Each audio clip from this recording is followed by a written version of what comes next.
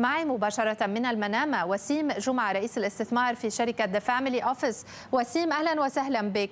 لنبدأ من هذه الحركة القوية اللي عم نشوفها في سوق السندات، تراجع في أسعارها، ارتفاع في عوائدها وخاصة عوائد طويلة الأجل، في وقت هذا أمر ملفت، في وقت نتوقع المزيد من التخفيض في أسعار الفائدة، ولكن الواضح بأن المخاوف من الضغوط التضخمية في المستقبل هذا ما يرفع عوائد السندات.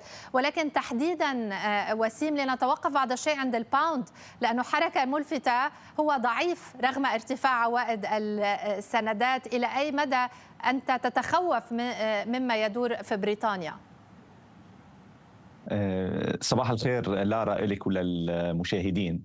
نحن خلينا ننطلق من تقريرك عن الفيدرالي الأمريكي، وين أشرتي أنه هناك حذر نحو التخفيضات المستقبلية، لأنه الدوت بلوت أو هن اللي أشاروه على الأرجح يمكن يخفضوا تخفيضين بالقريب أو بالأمد القريب. هذا بينعكس أنه رح نشوف معدل الفوائد عند الفيدرالي حوالين الأربعة أو تحت الأربعة شوي. النظرية بتقول انك تاخذ معدل فائده عيد الفيدرالي بيزيد عليها 125 ل 150 نقطه اساس، بيطلع عندك العائد ل10 سنوات. فنظريا لازم ما نستبعد انه العائد على 10 سنوات بامريكا يقرب من ال 5% او اعلى شوي، بيعتمد كيف الاقتصاد طبعا رح يمشي، بس هيدا شيء بنحطه ببالنا. من هون بنقدر نفهم كل الصوره اللي عم بتحطيها قدامنا. اذا بنحط الصين على جنب، وين في عنا نوع من الانكماش بالتضخم، وهذا بيفسر ليش عوائد السندات ل10 سنوات بالصين عند 1.6%، بينما ببريطانيا، بألمانيا، بفرنسا وبأمريكا عم ترتفع. الصعود بعوائد السندات الأمريكية هو اللي عم يضغط على العملات الأخرى، وعم يسحب معه الدولار لفوق، وهيدي شفناها بالين الياباني. وكان في تصريحات ملفتة للوزير المالية الياباني بهذا الإطار، إنه سميها وان سايدد تريد. وعندنا الباوند الانجليزي كمان اللي عم يتاثر، ومش اني لحالهم، يعني العملات كلها عم تاثر، حتى اذا طلعنا على اليوان الصيني بهذا الاطار. من هون الواحد بده ينطلق، ونحن هون بنحط حالنا مع الزبون ومع المستثمر بذا فاميلي اوفيس. يعني اليوم نحن بلشنا السنه، عمل السوق قمه بديسمبر 6 من العام الماضي، مؤشر ستاندرد اند بورز، من وقتها بعدنا عم نتذبذب حوالين متوسط 50 يوم.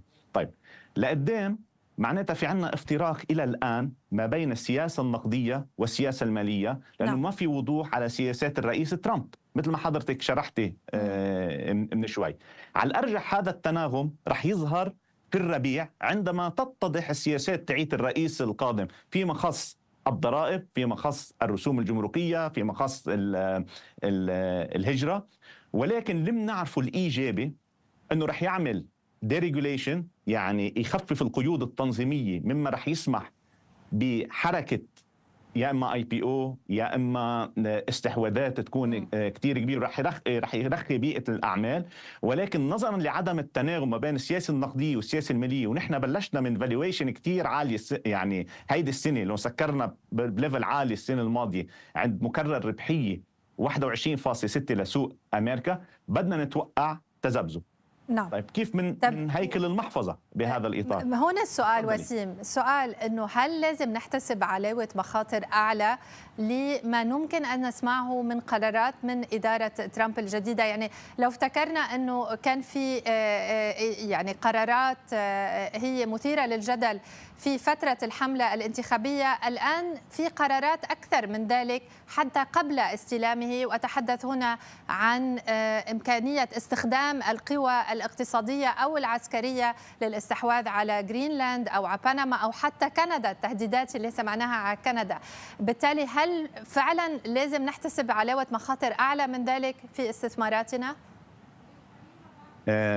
كلامك بمحله، مربط فرس هي علاوة المخاطر. الدليل لما نحن بيكون عندنا مكرر ربحية 21.6 وهو مستوى مرتفع جدا، معناتها ما عندنا علاوة مخاطر، معناتها السوق عم ينتظر انه يشوف نمو بالارباح كتير كبير ليقدر يبرر كيف بده يمشي من هون. طيب لهو يقدر يعرف كيف بده يمشي من هون، بده يتأكد انه هيدي السياسات الجاية فعلا رح يتحقق فيها تخفيضات الضريبة، وهيدي شغله على الارجح رح تبين معنا من هون لاخر عام 2025. بده يشوف كيف بده تمشي الديريجوليشن من هذا الاطار. فنعم السوق كان مسعر حاله مثل ما بنسميها فور بيرفكشن، مش مسعر حاله لشغلات انه ممكن يصير في هيدي التذبذبات او الحالات من عدم اليقين. فاليوم السوق عم يتعاطى مع حاله من عدم اليقين، ولكن نحن بدأ فاميلي اوفيس شو بتكون نصيحتنا لك بهيدا الاطار؟ لما يكون عندك حالات من التذبذب ولكن بنعرف انه على الارجح رح يكون في تخفيض بالضريبه ورح يكون في ديريجوليشن، عليك ان تتوجه الى صناديق التحوط في السوق المالي خصوصا الببليك ماركت.